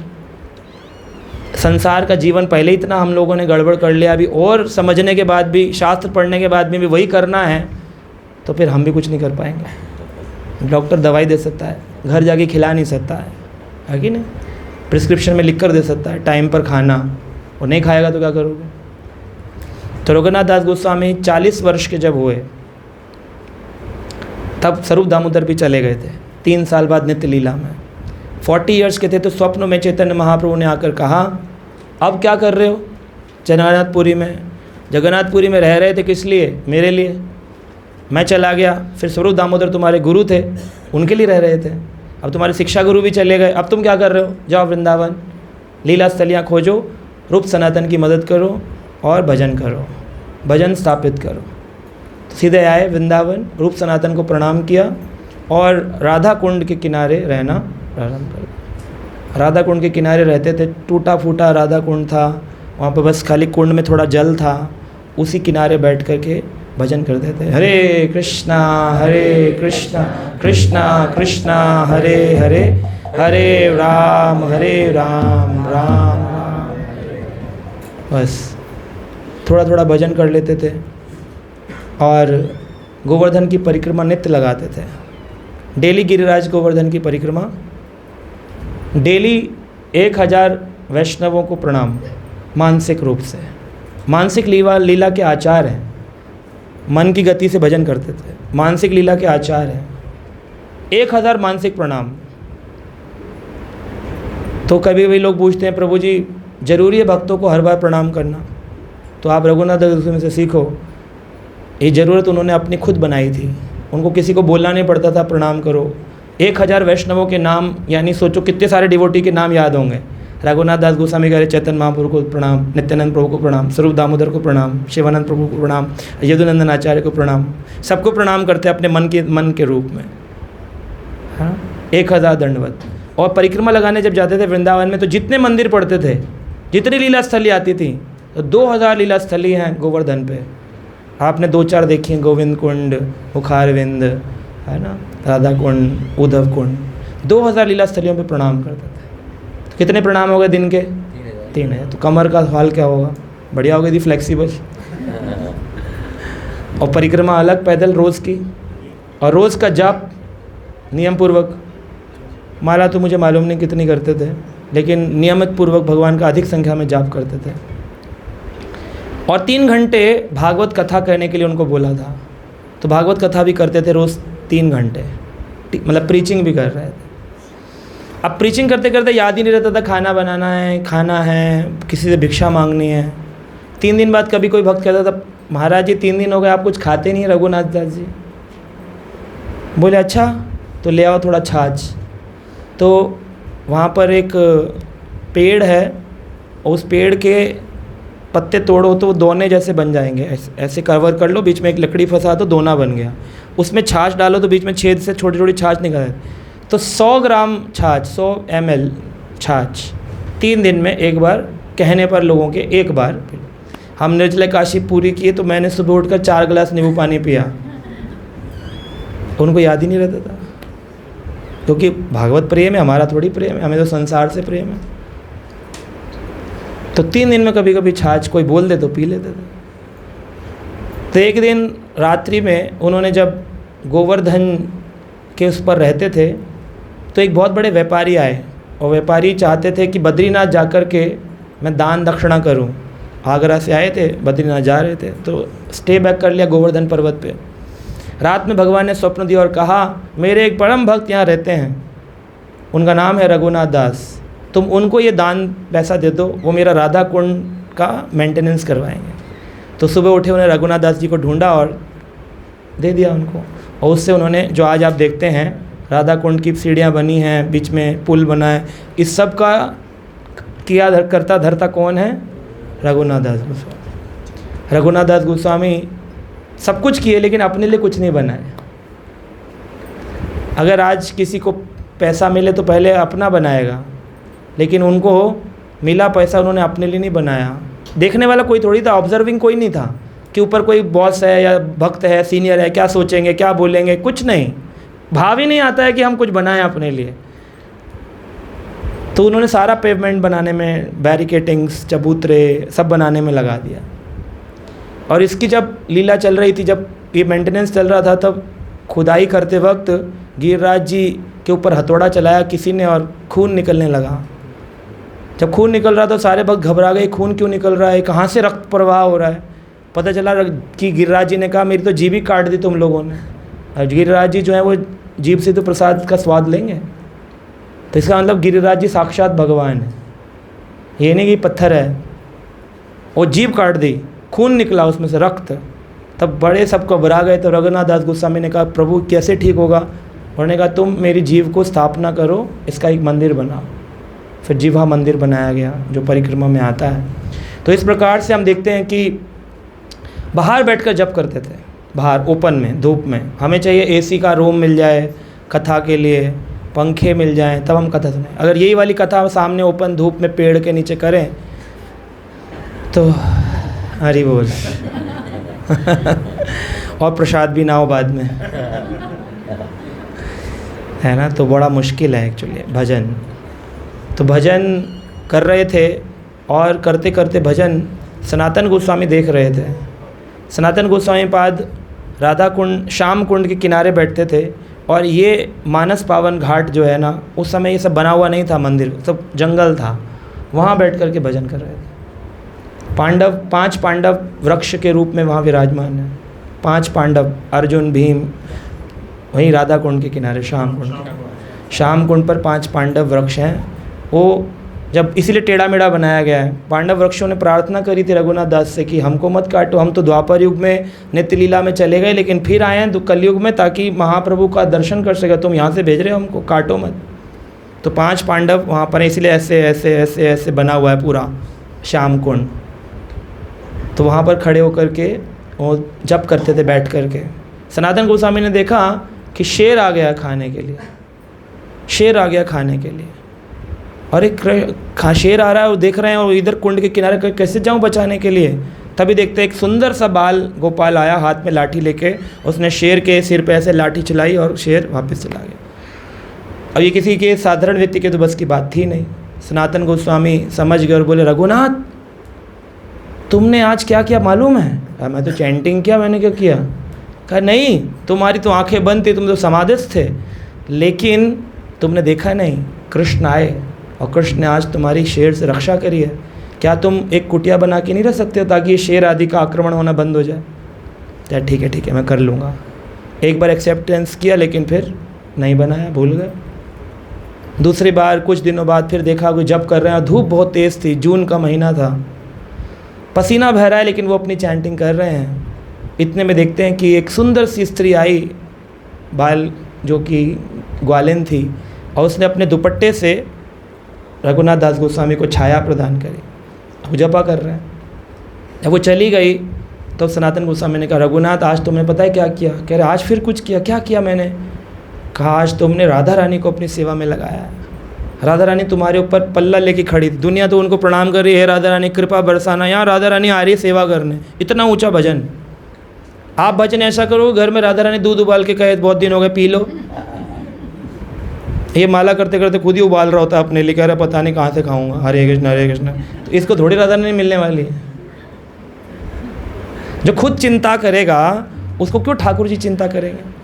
जो अपनी चिंता से छोड़ देता है, कह रहा कहाँ से पैसा आएगा, कहाँ से भोजन आएगा, कहाँ से कैसे, अब सब छोड़ दिया तेरे हवाले, बस। फिर कृष्ण कहते अब तो हमें करना पड़ेगा, ये तो छोड़ दिया। लेकिन हम जब खुद पकड़ करेंगे, हम मैनेज करेंगे, हमें बच्चे भी मैनेज करने, फैमिली भी मैनेज करनी है, ये भी करना है, तो कर लो, भगवान कहते तुम ही कर लो, मैं बैठता हूँ भजन करता हूँ।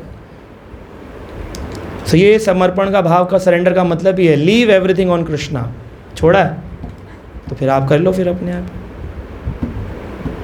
एक बार रुक्मणी द्वारकाधीश बैठे थे, प्रसाद खा रहे थे, रुक्मणी खिला रही थी, द्वारकाधीश खा रहे थे। एक व्यक्ति के पीछे कुछ लोग पड़ गए, मारो मारो मारो मारो। अब समझ में नहीं आया क्या हुआ, कोई चोरी होगी, उसने सोचा ये चोर है, भक्त था, पकड़ा गया बेचारा। बोला हमने नहीं करी, फिर भी लोग पीछे पीछे मारो मारो मारो मारो, पत्थर मार रहे हैं, ठक ठक लग रहे हैं, मारो। ये बोल रहा है हे भगवान हे भगवान, हे कृष्ण। वो मांग रहा है। तो कृष्ण बोले मुझे जाना पड़ेगा, मेरा भक्त परेशानी में। रुक्मणी जी बोले अरे दुनिया तो घंटे बजाएगी तुम्हारे लिए, कौन सा आदमी मंदिर आ रहा है बिना परेशानी के? ये सब के प्रॉब्लम चल रही हैं, इसीलिए तो आ रहे हैं मंदिरों में। आप बैठो थोड़ा अपने आदमी क्यों इतना सब पालन करते हो? खाने कमाने के लिए तो आदमी मेहनत करता है, खाते भी नहीं ढंग से बैठ के, रोटी खा लो। तो खिला रहे थे, लेकिन कृष्ण बोले रुको, मैं प्रसाद बाद में ले लूँगा, मुझे जाने दो। चले बस गेट तक ही पहुँचे थे, फिर वापस आ गए। बोले अरे वापस आ गए नहीं अपने भक्त को बचाने? बोले नहीं उसने पत्थर उठा लिया है अपने हाथ में, अब ज़रूरत नहीं है, अब वो अपना बदला खुद ले सकता है, मेरी ज़रूरत नहीं। जब कोई आपके साथ दुर्व्यवहार करे और आप चुप रह जाएं, तब कृष्ण उसके साथ व्यवहार करते हैं, वार करते हैं। जब आप खुद अपना वार करते हैं, चिल्लाते हैं, झगड़ते हैं, लड़ते हैं, प्लानिंग करते हैं, तो कृष्ण कहते तू ही कर ले, मैं भोजन खाऊंगा बैठ कर, है ना। फिर इसलिए कृष्ण आते नहीं उससे तेज। तो रघुनाथ दास को राधा रानी श्याम सुंदर आकर रक्षा किए, लेकिन वो सब बाद में फिर एक कुटिया बनाए, वो आज भी श्याम कुंड के किनारे है, और वहीं रघुनाथ दास गोस्वामी रोज़ भागवत कथा करते थे। एक दिन भक्त बोले, रघुनाथ दास बोले आज कथा नहीं हो पाएगी, आज मुझे ना कॉन्स्टिपेशन हो गया, कुपच हो गई है। अरे कुपच आपको 3 दिन में एक बार छाछ पीता उसको कॉन्स्टिपेशन होता है? आप कुछ खाए, छोले भटूरे कुछ खाए, कुछ रबड़ी खीर खाए? बोले बस पूछो मत। तो एक संप्रदाय है पुष्टि मार्गी, वल्लभाचार्य महाप्रभु की संप्रदाय, जिसमें लड्डू गोपाल की सेवा करना सिखाया गया लोगों को। तो वो संप्रदाय के एक वैद्य थे जो कि राधा कुंड के किनारे भजन करते थे, उनको बुलाया गया। बोले आप चेक करके बताओ सच बात है कि नहीं। अब ये भावावेश प्रेम का जो कुपच है, कॉन्स्टिपेशन, इसको साधारण डॉक्टर नहीं चेक कर सकता था, लेकिन क्यों वो भी भावावेश में भजन करते थे, वो आ गए। और उन्होंने उनका हाथ पकड़ा और देखकर कहा, हाँ इनको तो कॉन्स्टिपेशन। सारे लोग बोले हो ही नहीं सकता। रघुनाथ दास जी से कहा गया कि आप ही इसकी व्याख्यान करिए, कैसे हो गया ये। बोले आज जब मैं सुबह जप कर रहा था तो पहले आता है नाम, फिर आता है रूप, फिर आता है गुण, फिर आती लीला। तो आज मैं जब जप कर रहा था तो मैं लीला में गया, वहाँ राधा रानी की रसोई में आज खीर बनी थी, रबड़ी केसर वाली, और वो बहुत एक्स्ट्रा बटी, लेकिन मैं मंजरी हूँ तो गोपियों ने खूब खिलाई आज। और मैंने एक दोने के बाद कहा था मेरी आदत नहीं है ज़्यादा, फिर बोली अरे अब बड़े दिन बाद तो आई हो, खा लो। और खिलाते गए खिलाते गए खिलाते गए, खाते खाते मेरे को कॉन्स्टिपेशन हो गया। खाई कहाँ थी? मन पे, मन के स्तर पे, और असर कहाँ हुआ? शरीर के स्तर पे। ये होता है मन, मानसिक स्तर। हमारे आचार्यों ने, श्रीनिवास आचार्य होली खेल रहे थे भगवान के साथ, वहाँ से उन्होंने रंग फेंका भगवान ने उनके ऊपर। श्रीनिवास आचार्य आँख खोली तो देखा कपड़े लाल हो गए, है ना। ये ऐसे मन दशा में भगवान के भाव में, क्योंकि भगवान में और भगवान में कोई भेद नहीं है ना। ये हरे कृष्णा जप के भगवान से मिलना चाह रहे हैं ना, यही सबसे बड़ी गड़बड़ है। बोले हरे कृष्णा जपेंगे भगवान मिलेंगे, अरे यही तो भगवान है। जो यही नहीं समझ पाया कि हरे कृष्णा ही तो भगवान है, ये अभी तो हरे कृष्णा जप रहा है, कह रहा है जपूंगा तो गोलोक मिल जाएगा, मतलब तब मैं भगवान से मिलूंगा। अरे भगवान तो खुद चले आएंगे अगर तुमने समझ लिया कि हरे कृष्णा में और कृष्ण में कोई भेद नहीं है। एक बार एक बाबा जी थे, वृंदावन में भजन करते थे। भजन करते करते एक दिन उनकी जटाएं जो थीं वो कटीली झाड़ियों में फंस गईं, बरसाना के पास फंस गईं। तो कृष्ण आए, बोले बाबा इतने दिन से खड़े हो, निकालते क्यों नहीं हो? कह रहा हम निकाल लेंगे तो तुम काहे को आओगे। कृष्ण आए निकालने, सुलझाने लगे। कह रहे ना छू मत दियो। कह रहे क्यों नहीं छू? कृष्ण बोले अरे तुम मेरी तो इंतज़ार में थे। कह ना हम हरे कृष्णा जपते हैं, कृष्णा का काम हरे के बिना चलता नहीं। हरे लेके आओ यानी राधा रानी लेके आओ, तब कृष्ण पूरा होगा। कृष्ण बोले राधा रानी वृंदावनेश्वरी मैं कहाँ से ले आऊँ?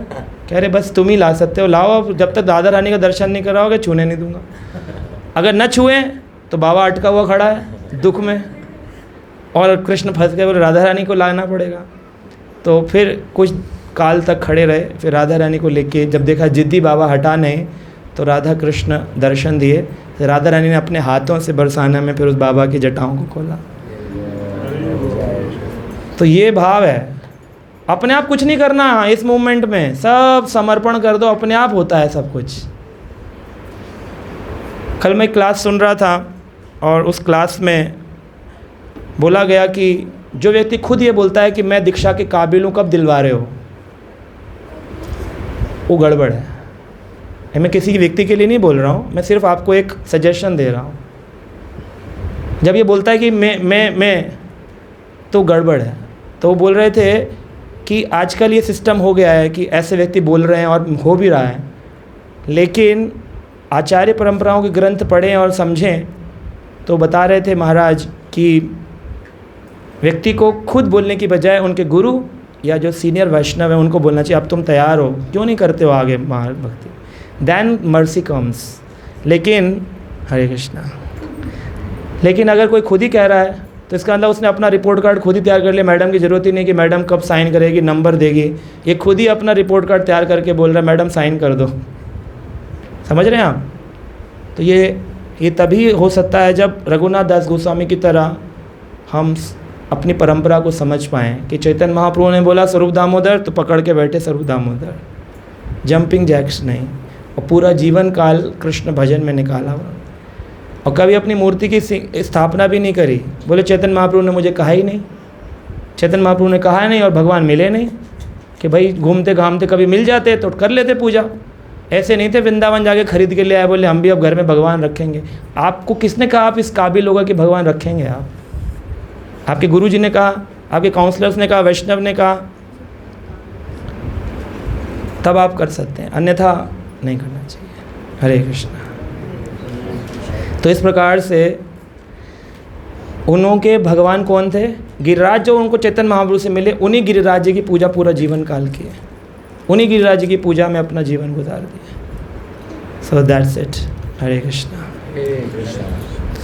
रघुनाथ दास गोस्वामी की चढ़ी चिवड़ा महामहोत्सव की, श्री चैतन्य महाप्रभु नित्यानंद प्रभु की, आप सभी भक्त वृंद की। मैंने कुछ त्रुटि की हो तो आप सब क्षमा करिएगा। मैं जो भी बोला है शास्त्र युक्त है और आप सारे प्रमाण चेक कर सकते हैं। हरे कृष्णा।